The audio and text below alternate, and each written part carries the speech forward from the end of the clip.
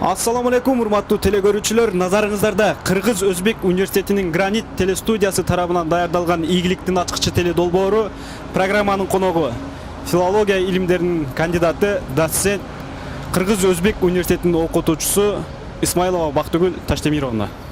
Куттуу студиябызга куш келиңиз. Маегибизди баштаардан алдын сиз жөнүндө айтылган пикирди көрүп алып, андан кийин маегибизди баштасак. Ошол биздин кыргыз тили адабияты профилинде окуган студенттерибиздин мактоого арзырлык, анан ушул эжекебиздин билимин тереңдеген, жаштарга насаат тарбия берген жагынан дагы дайыма ошол студенттердин оозунда келет да Бактыгүл дайыма. Анан сырткы байланышты айтсак болот, ошол жогорку окуу жайларынын окутуучуларынын арасында дагы мисалы үчүн Бактыгүлдүн өзүнүн орду бар. Мисалы үчүн Батмуда өткөрүлгөн болобу, же Жалал Абадта өткөрүлгөн болобу, же республикалык деңгээлде өткөрүлгөн баягы конференцияларда болобу, ошол байланышты дагы күчөтүп, дайыма ошол окумуштуулар менен пикирлерди алмашып, алар менен тынымсыз байланышып, илим жаатында болобу, методикалык жаатында болобу, ошол чөйрөлөрдө дагы биздин университеттен сырткаркы окумуштуулардын, окутуучулардын арасындагы чөйрөлөрдө дагы өзүнүн орду бар инсан деп айтат элем Бактыгүлдү. Менимче сиздин кесиптешиңиз Назира Дүйшөбаевна сиз жөнүндө кеңири маалымат берди деген ойдомун.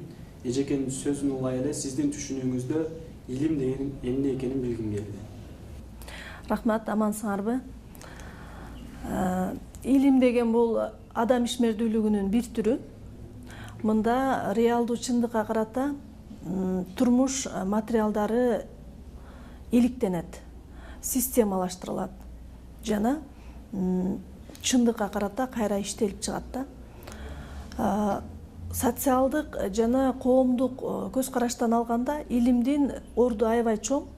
Анткени илимий көз караштагы коомдун мүчөсү менен жөнөкөй көз караштагы адамдын ойлоо жөндөмдүүлүгү кадимгидей айырмаланат. Илим бул адам ишмердүүлүгүнүн бир түрү деп айтпадыкпы? Анда негизинен бул ишмердүүлүктүн негизин материалдарды топтоо, системалаштыруу, ошол системалаштырылган материалга карата өзүңдүн көз карашыңды билдирүү. Башкача айтканда, иштин натыйжасын берүү. Жөнөкөй тил менен айтканда, илим деген бул кайсыл бир теманын үстүндө тынымсыз изденип, иш алып барып, буга чейинки тажрыйбаларга жана эрежелерге таянып өзүнүн гипотезасын айтуу, көз карашын айтуу, мына ушул илим болуп эсептелет. Рахмат. Илимге болгон алгачкы кызыгууңуз качан жаралган? Илимге болгон кызыгуу негизи мен эмгек жолумду университетти аяктаган соң орто мектепте иштөө менен баштаганмын. Шаарыбыздагы 17-чи Гагарин мектебинде иштеп баштаганмын. Ал мезгилде мен таптакыр илим менен алектенем деген көз карашта болгон эмесмин. Андан кийин 2000-жылдан баштап ушул Кыргыз филологиясы кафедрасы ачылгандан баштап ушул жерге келип иштей баштадым. Анан ушул иш тажрыйбамда айрым учурда сабак өткөн учурда ушул лекциялык сабак болобу, практикалык сабак болобу, кайсыл бир теманын тегерегинде мындай өзүмдүн билимимдин жетишсиз экендигин байкадым. Анан ушул бир баягы жетишсиз билимдин тегерегинде ойлонуп, ошол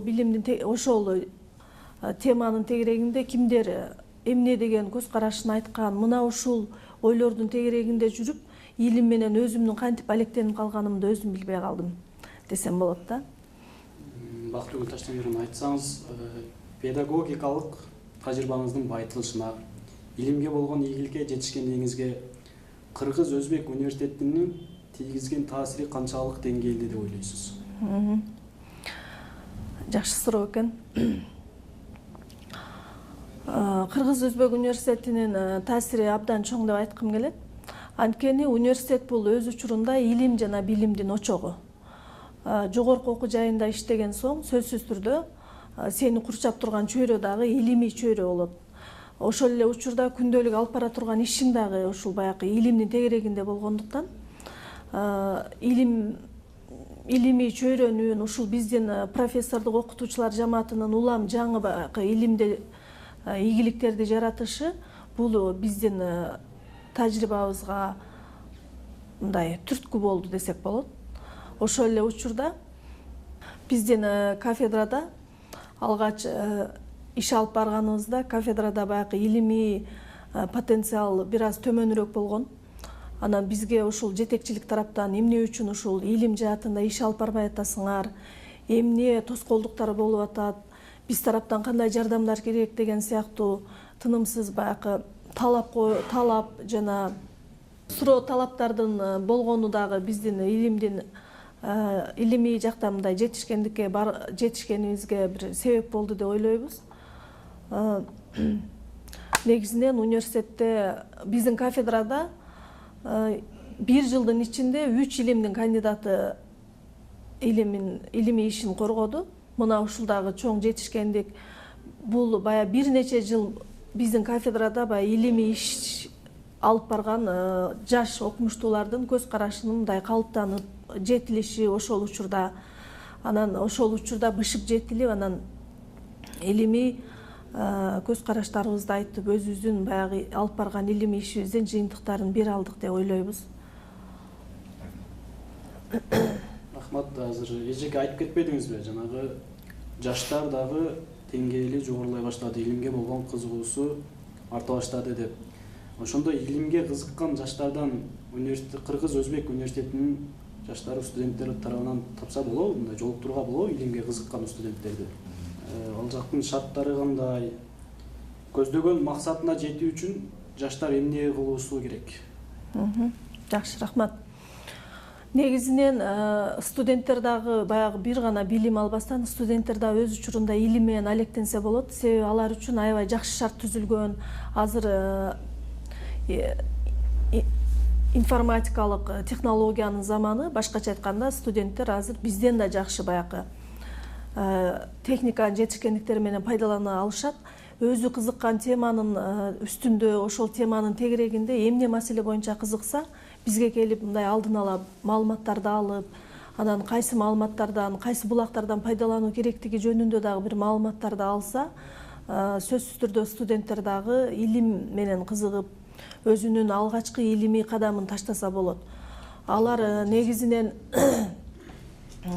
алгачкы илимий иштин түрлөрү студент кезде аткарылат. Алар мисалы үчүн курстук иш, ошол курстук иштин кеңейтилген түрү азыркы мезгилде бакалавр даражасы боюнча бүтүрүүчү квалификациялык иш деп коебуз. Мына ушул иштерде өзүнүн чакан көз карашын айтып, илимге болгон кадамын таштаса болот. Ал үчүн биз сөзсүз түрдө колдон келишинче жардам берип, багытыбызды берип аябайбыз деген ойдомун. Мындай илимий ишин баштайм же болбосо илим менен алектенем деген жаштарга же студенттерге биздин кафедранын алдында илимий мамлекеттик борборлор ачылган. Атап айтсак, мамлекеттик тил борбору, Манастануу борбору, Айтматовтануу борбору. Мына ушул борборлор өз алдынча баягы китептер менен, базалар менен камсыз болгон. Ал эми илим менен алектенем деген студенттер ушул борборлордо өз алдынча мындай даярданып, бизден келип кеп кеңешти сурап, ушундай бир консультацияларды алып, анан өз алдынча иш алып баруу менен алектенсе болот. Анткени бул борборлордо бизде кеңири адабияттар менен камтылган.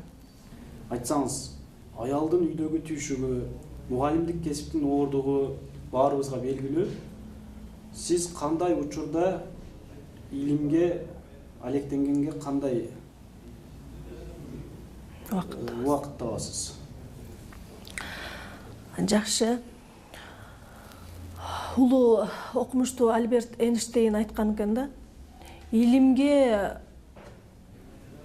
түрткү кылуу бул же болбосо илимге баруу бул күндөлүк турмуштан качуу. Аны жан кыйнаган азабы жана муңдуу эендиги деген сөз айткан экен да. Чындыгында эле илим кылуу үчүн сөзсүз түрдө кээ бир учурда баягы күндөлүк тиричиликти деле таштап өзүнчө алектенүүгө туура келет. ошол эле учурда анын жан кыйнаган азабы дегенде чындыгында кыйналган учурлар болот. Кыйынчылыгына сөзсүз түрдө чыдап, сабыр менен, изденүүчүлүк менен, чыдамкайлык менен өзүнчө мындай ийгиликтерди жаратууга болот. Албетте аял киши болгондон кийин үйүңдүн тиричилигин деле таштап коюуга мүмкүн эмес. Ошол баардыгын чогуу алып кеткенге мен азыр жогоруда айтып өткөндөй чыдамкайлык, өзгөчө сабыр талап кылынат. Ийгиликтин ачкычы сырсандыкта катуу. Ал бийиктикке жетүү үчүн кандай аракеттерди кылуусу керек? Ийгиликтин ачкычы дегенде бизде илгертен бери эле баягы билим алуу ийне менен кудук казгандай деген бир девизге айланып калган, уранга айланып калган сөз бар. Ошонун сыңарындай эч качан тажабастан, таштап койбостон, кайрадан баягы улам жаңы кызыгуулар менен изденүүчүлүк боло берсе эле сөзсүз түрдө ийгиликтер жаралат. Анан билимин сөзсүз түрдө тереңдетиш керек. Билимдин жеткен чеги бул илим болуп эсептелет. Ошондуктан ийгилик жаратчуларга мен тынымсыз изденгиле, эмгектенгиле жана окугула демекчимин. Рахмат. Сиз баалаган инсандар? Мен баалаган инсандар бул сөзсүз түрдө өзүбүздүн кыргыз элинин баягы улут катары калыптанышында башка элге таанылуусуна өзүнүн салымын кошкон инсандарды мен өзгөчө баалайм. Мындай инсандардын башында, сап башында элибиздин улуу уулу Исхак Разаковду айтууга болот. Андан бери карай быйыл 90 жылдыгын белгилеп атабыз. Алып жазуучу Чыңгыз Айтматовду айтууга болот. Биздин окуу жайыбызды түптөп кеткен академик Мамасаидов баш болгон биздин окумуштуулар, илимпоздор жамаатын айтсак болот. Азыркы окуу жайыбызды өзүнчө түптөп, башка окуу жайларга тең ата кылып алып барып аткан азыркы окуу жайыбыздын жетекчиси Райымбаев, Чаткалбай Кенейбаевичтин командасын айтууга болот. Өзүбүздүн факультеттин жетекчиси, философия илимдеринин доктору Балтабаева Аида Тынайбековнан айтууга болот. Мындай инсандардан биздин уучубуз кур эмес. Кудайга шүгүрчүлүк деп айтсак болот. Рахмат. Ар бир нерсенин өз дареметине жараша баалуулугу болот. Андыктан айтайын дегеним, сиздин жактаган илимиңиздин баалуулугу эмнеде? Өткөн кылымдын 50 жылдарында, тактап айтканда 1950 жылдардын экинчи жарымында кыргыз адабият таануусуна белдүү, билимдүү адабиятчылар келип кошулган. Алар Кеңешбек Асаналиев, Салижан Жигитов, Качкынбай Артыкбаев, Шаршембек Үмүталиев, Камбаралы Бобулов, мына ушул улуу адабиятчылар келип кошулган. Алардын арасында ушул сөзгө ала турган азыр атын айтып кеткен өзгөчө үндүү, өзгөчө сөздүү, патриот, жалындуу патриот деп айткыбыз келет. Камбаралы Бобулов боюнча айрым юбилейлик макалалар, анча-мынча эскерүүлөр гана жарыяланганы болбосо, бул инсан жөнүндө атайын системалуу бир илимий изилдөө жүргүзүлгөн эмес болчу. Биздин илимий ишибиздин багыты ошол максатта алынып барылды. Ал Камбаралы Бобуловдун илимий изилдөөчүлүк жана адабий сынчылык ишмердүүлүгү боюнча иш алып барылды. Бул иш өз учурунда колго алынды деп ойлойм. Ошол эле учурда азыркы кыргыз адабият таануу жана адабий сын илимине өзгөчө баалуу бир салым коштук деп айта алам.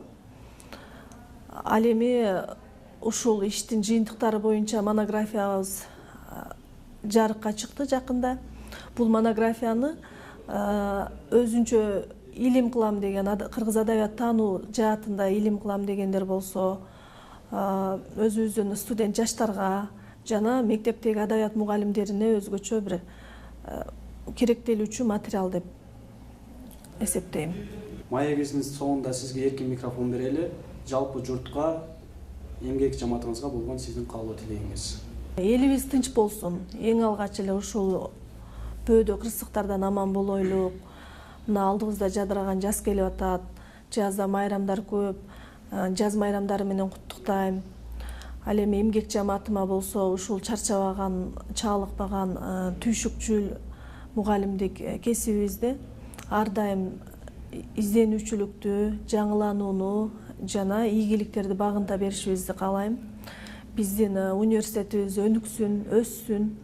Университетибизде силер сыяктуу алдыңкы интеллектуалдуу жаштар дагы көбөйө берсин. Андай жаштардан биздин уучубуз кур эмес. Ошондуктан жалаң ийгиликтер жарала берсин. Ийгиликтер ар бирибиздин колубузда. Рахмат, алтындай убактыңызды бөлүп биз менен ачык айкын маек куруп бергениңиз үчүн сизге терең ыраазычылык билдиребиз. Бүгүнкү биздин берүүнүн коногу филология илимдеринин кандидаты, доцент, Кыргыз Өзбек университетинин окутуучусу Исмайлова Бактыгүл Таштемировна болду. Берүүнү мен Сүйөрбек Таштемиров алып бардым. Ушуну менен көрсөтүүбүздү жыйынтыктайбыз. Кийинки көрсөтүүдөн жолукканга чейин сак саламатта болуңуздар.